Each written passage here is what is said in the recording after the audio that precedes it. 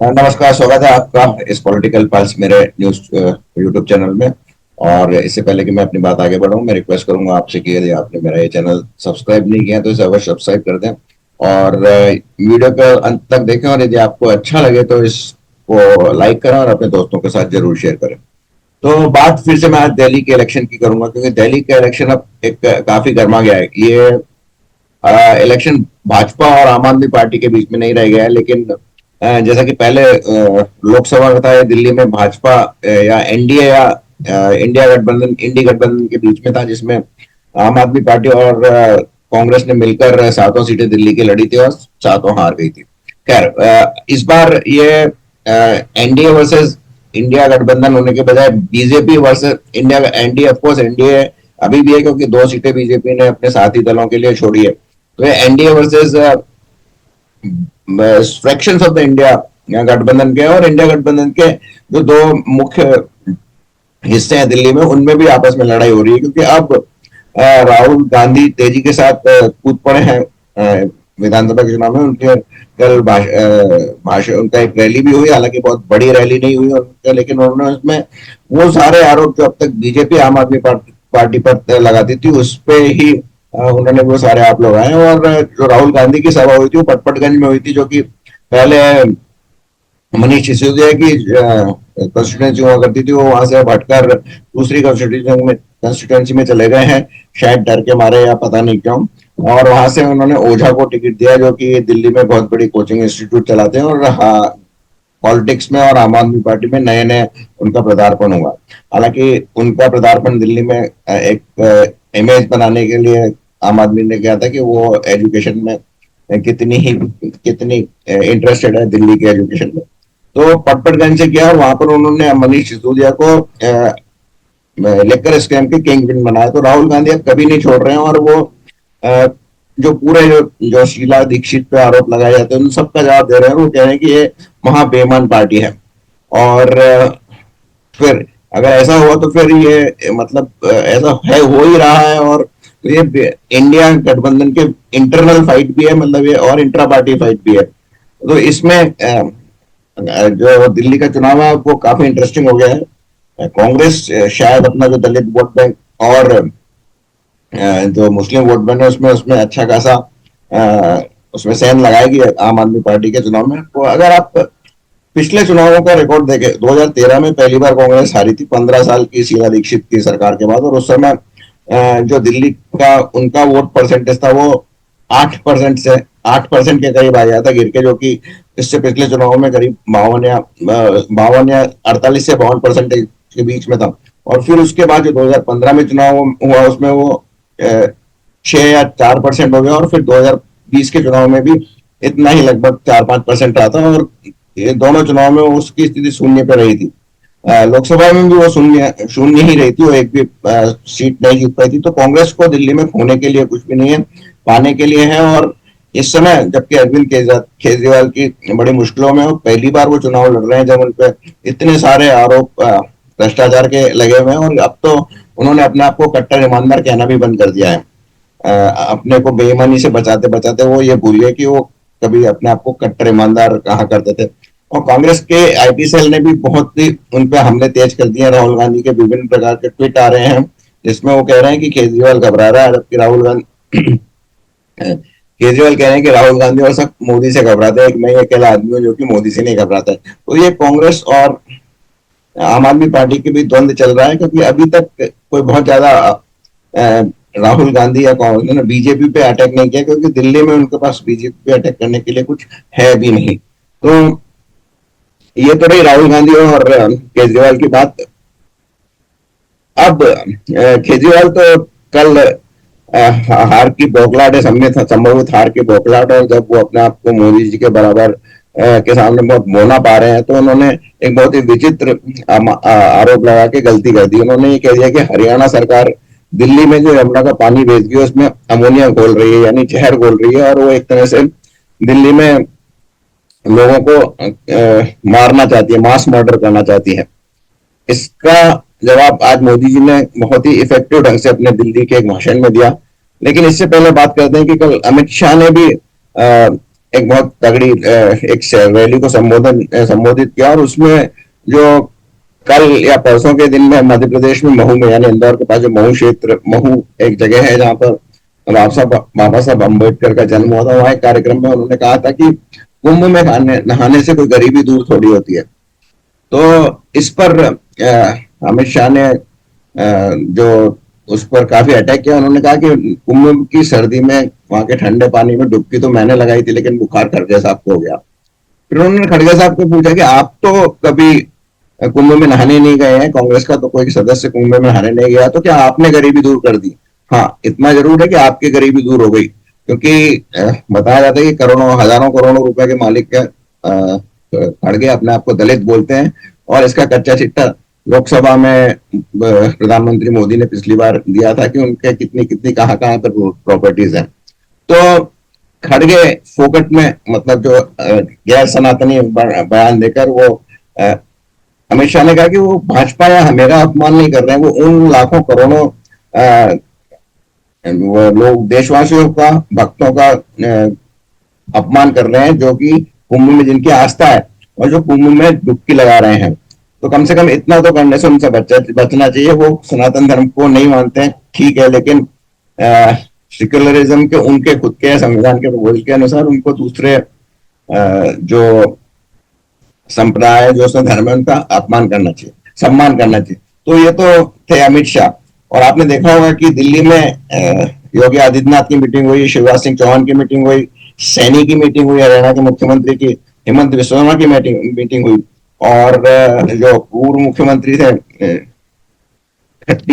भट्टी खट्टर, उनकी भी दिल्ली में मीटिंग हो रही है। तो सब तरफ से घेरा जा रहा है दिल्ली को, और दिल्ली को नहीं, आम आदमी पार्टी को। तो भाजपा की स्थिति थोड़ी मजबूत दिख रही है। और अब प्रधानमंत्री ने जो उनके बयान के बारे में कहा, मैं उनका जो दिल्ली का है उसके कुछ अंश आपको सुनाता हूं, देखिए इसको आप। एक और घोर पाप किया है, और ये पाप कभी भी माफ नहीं हो सकता है। इतिहास भी कभी माफ नहीं करेगा। आज भले आपके चेले चपाटे बात को दबा देने की कोशिश करते हो, भले आज आपकी इकोसिस्टम आपके इस पाप पर कपड़ा ढांकने की कोशिश कर रही हो, लेकिन देश नहीं भूल सकता, दिल्ली नहीं भूल सकता, हरियाणा का एक एक बच्चा नहीं भूल सकता। दिल्ली के एक पूर्व मुख्यमंत्री ने हरियाणा के लोगों पर घिनौने आरोप लगा दिए हैं। हार के डर से आपदा वाले बौखला गए हैं।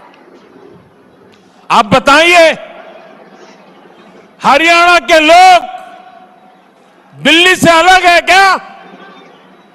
क्या हरियाणा वालों के परिवार, बाल बच्चे, नाते रिश्तेदार दिल्ली में नहीं रहते क्या? क्या हरियाणा के लोग अपने ही बच्चों के पानी में जहर मिला सकते हैं क्या? हरियाणा का भेजा यही पानी दिल्ली में रहने वाला हर कोई पीता है। पिछले 11 साल से ये प्रधानमंत्री भी वही पानी पीता है।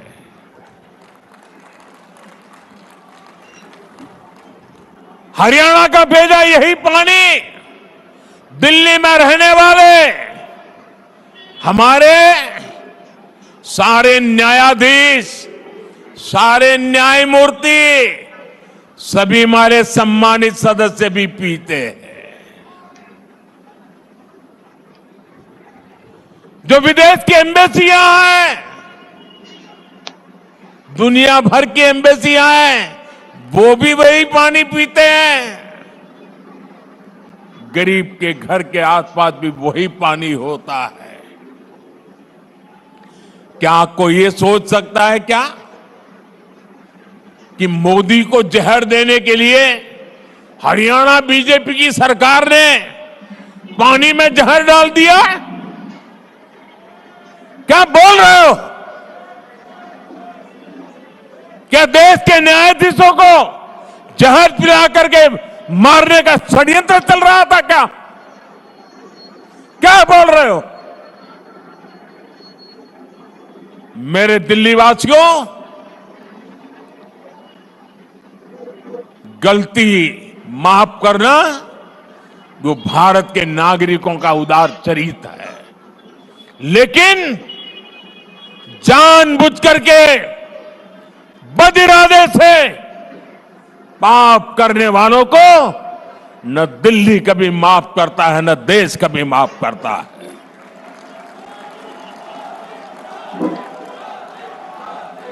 साथियों, मैंने हरियाणा की रोटी खा की है। हरियाणा के मुझे राजनीति में उंगली पकड़ करके चलाया है। मैं हरियाणा को भली भांति जानता हूं। वहां का एक एक नागरिक धर्म पारायण है। अनेक घरों में सुबह यज्ञ होता है। ऐसा सात्विक जीवन मैंने हरियाणा में देखा है। वे देशभक्ति से भरे हुए लोग हैं। कोई परिवार ऐसा नहीं होगा जिसका बेटा सीमा पर मां भारती की रक्षा न करता हो। क्या ऐसे लोगों को जहर पिलाने वाले ऐसे आरोप लगा दो आप? अरे ये देश तो ऐसा है, पशु पक्षियों तक को पानी पिलाता है, कभी उनको नुकसान नहीं पहुंचता है।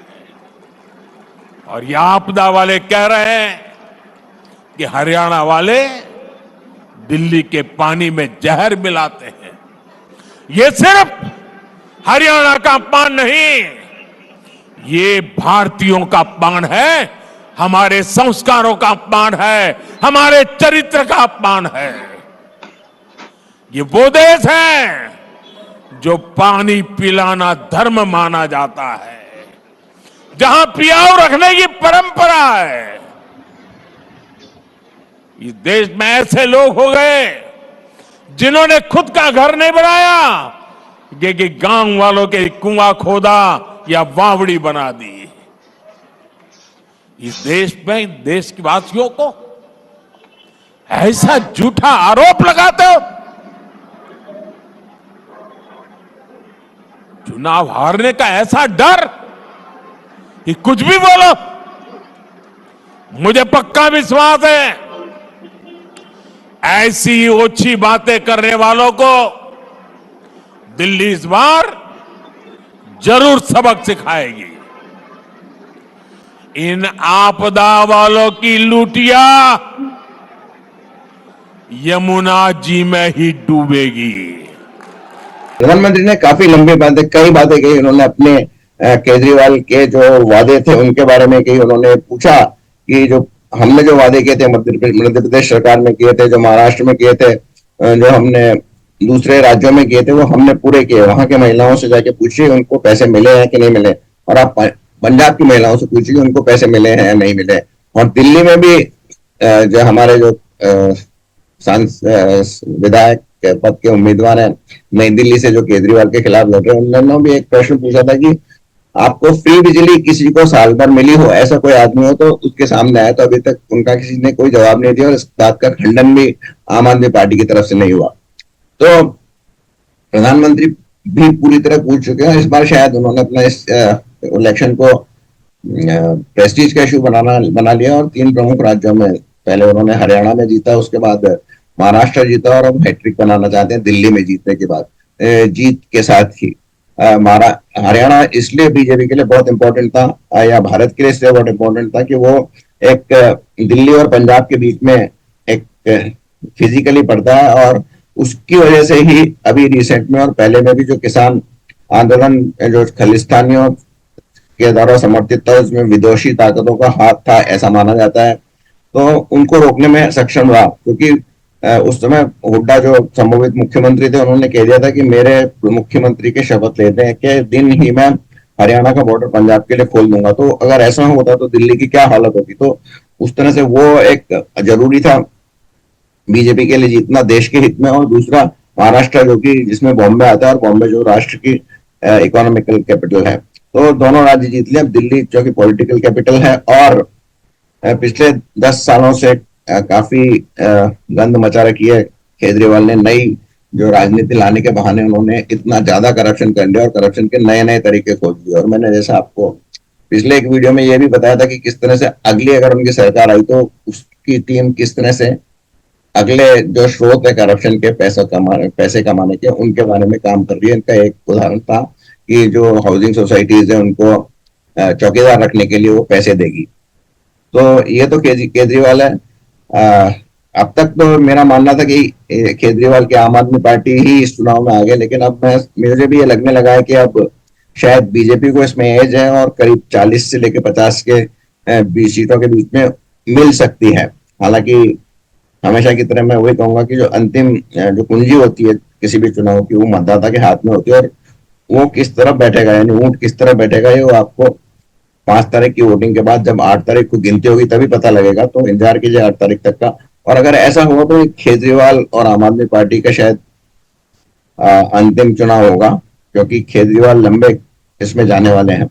और जो ये एक बात और है जो इम्पोर्टेंट है, आज 8 बजे तक केजरीवाल को चुनाव आयोग के उस नोटिस का जवाब देना था, जिसमें उन्होंने चुनाव आने कहा था कि आपने जो हमको पत्र लिखा और इसमें आरोप लगाए हैं कि हरियाणा सरकार ने दिल्ली में जेनोसाइड करने के लिए यमुना नदी में जहर घोला है, उसका आप प्रमाण दीजिए।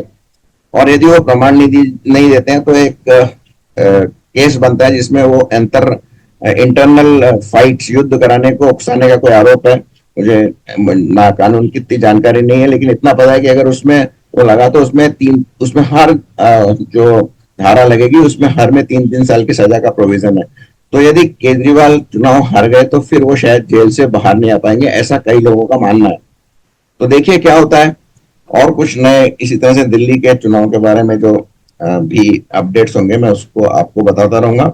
आशा है आपको मेरा विश्लेषण अच्छा लगा होगा। ये बेसिकली कुछ दूसरे बड़े यूट्यूबरों के विश्लेषण पर आधारित है, और इसमें कुछ मेरे इनपुट भी हैं।